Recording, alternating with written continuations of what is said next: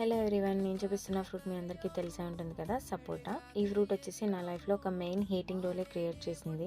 ఎందుకలా అంటున్నానో తెలుసుకోవాలనుకుంటే video skip చేయకుండా ఎండ్ వరకు చూసేయండి. మ్యాటర్ ఏంటంటే, బిఫోర్ మ్యారేజ్ మా డాడీ ఈ ఫ్రూట్ తీసుకొస్తే నేను మా అక్క అస్సలు తినేవాళ్ళం కాదు. మా అమ్మ చాలా స్కెచ్లు వేసేది మా చేత తినిపించడానికి. క్లారిటీగా చెప్పాలంటే ఒక మినీ సైజ్ యుద్ధమే చేసేది.